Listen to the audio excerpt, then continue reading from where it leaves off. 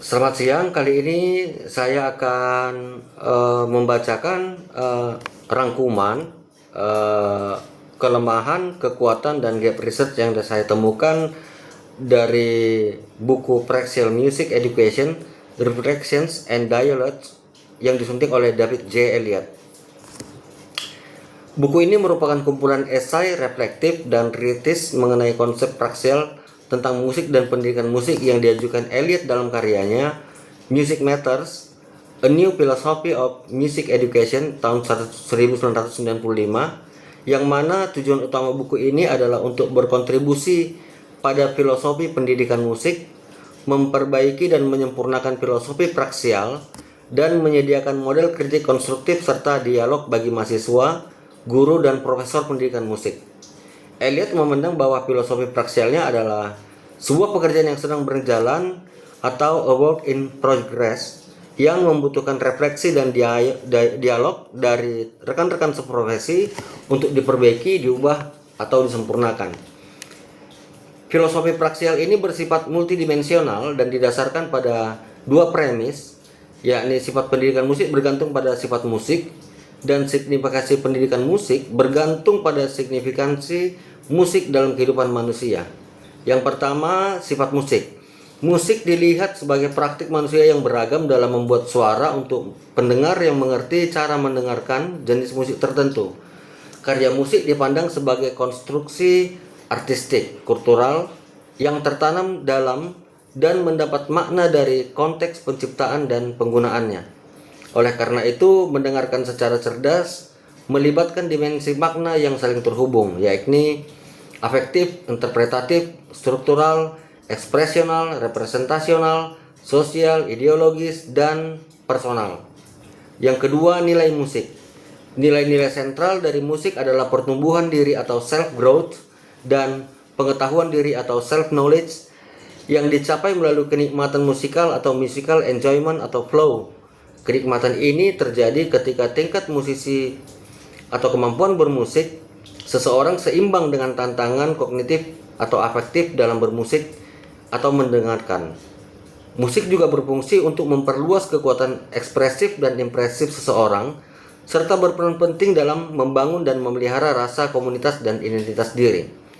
Yang ketiga, arah kurikulum.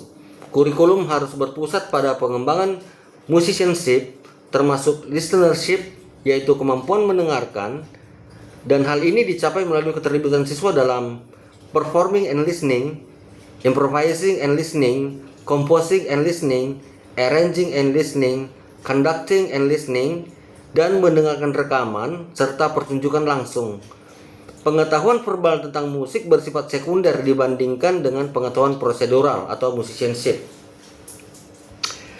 Makna kata praksial berasal dari bahasa Yunani, yakni praksis, yang tidak hanya berarti tindakan, tetapi tindakan yang tertanam dan responsif terhadap konteks upaya tertentu.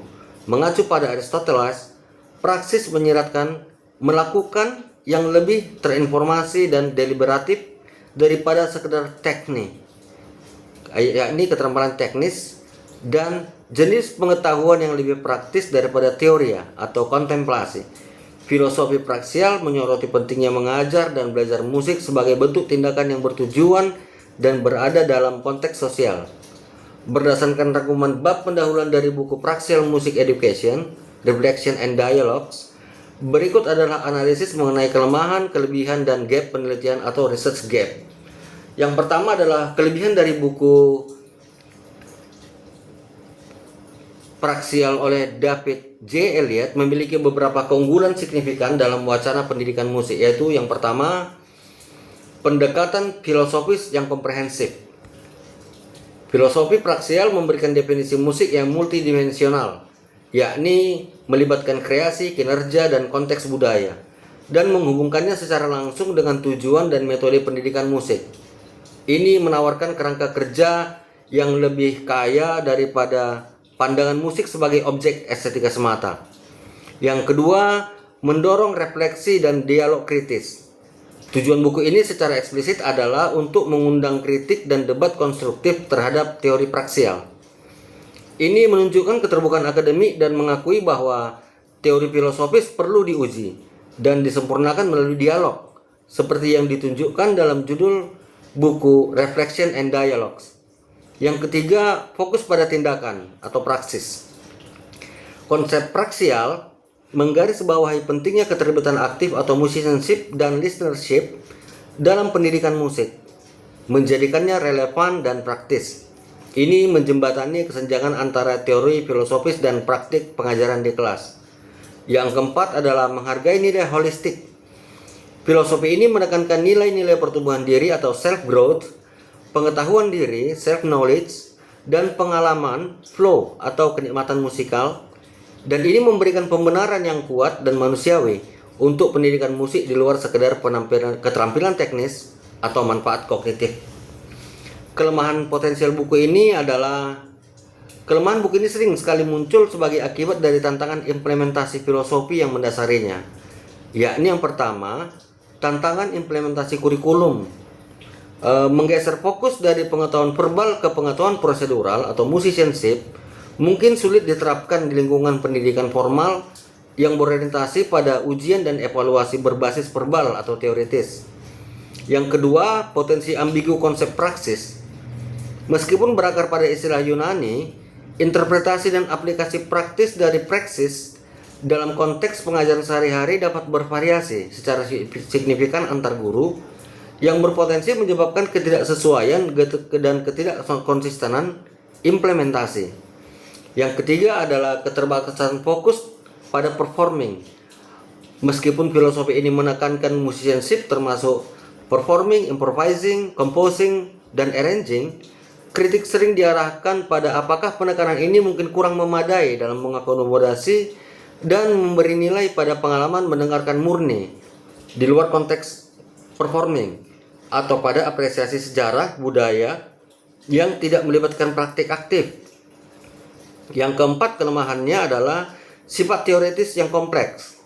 Sebagai karya filosofi, bahasanya bisa padat dan teoritis yang mungkin menyulitkan guru yang mengajarkan musik praktisi di lapangan untuk memahami dan mengaplikasikannya tanpa pelatihan filosofis yang memadai. Gap penelitian adalah area yang belum terjelaskan, teruji, dan terimplementasi secara memadai yang muncul dari teori yang diusung dalam buku ini, yaitu gap penelitian berupa yang pertama, studi implementasi komparatif jangka panjang, yang mana penelitian yang secara sistematis membandingkan dampak jangka panjang kurikulum praksial terhadap motivasi, musicianship, dan nilai-nilai non-musikal siswa seperti self-esteem dan self-knowledge yang dibandingkan dengan kurikulum yang berorientasi estetika atau tradisional. Gap penelitian yang kedua adalah efektivitas pengembangan listenership. Meskipun listenership ditekankan, terdapat kebutuhan untuk penelitian yang lebih spesifik mengenai metode pengajaran yang paling efektif untuk mengembangkan keterampilan mendengarkan yang multidimensional, yakni secara afektif, interpretatif, sosial, dalam kerangka praksial di luar konteks performing. Gap penelitian yang ketiga adalah adaptasi konteks budaya global. Filosofi Eliot sebagian besar dikembangkan dalam konteks pendidikan barat. Gap penelitian yang krusial adalah bagaimana filosofi praksial ini harus diadaptasi, diubah atau disempurnakan agar relevan dan efektif dalam konteks pendidikan musik di berbagai budaya non-barat, misalnya Asia dan Afrika, di mana definisi musik dan praktiknya mungkin sangat berbeda. Gap penelitian yang keempat adalah pengembangan alat evaluasi praksial. Diperlukan penelitian untuk mengembangkan alat evaluasi dan asesmen yang sahih dan andal yang dapat mengukur peningkatan pengetahuan prosedural atau know-how dan pengalaman flow secara otentik, bukan hanya mengandalkan tes pengetahuan verbal. Demikian rangkuman kelemahan, kekuatan, dan gap penelitian yang bisa saya pahami dari buku Praxial Music Education, Reflections and Dialogues yang disunting oleh David J. Elliott dalam bukunya. Terima kasih, Tuhan Yesus memberkati.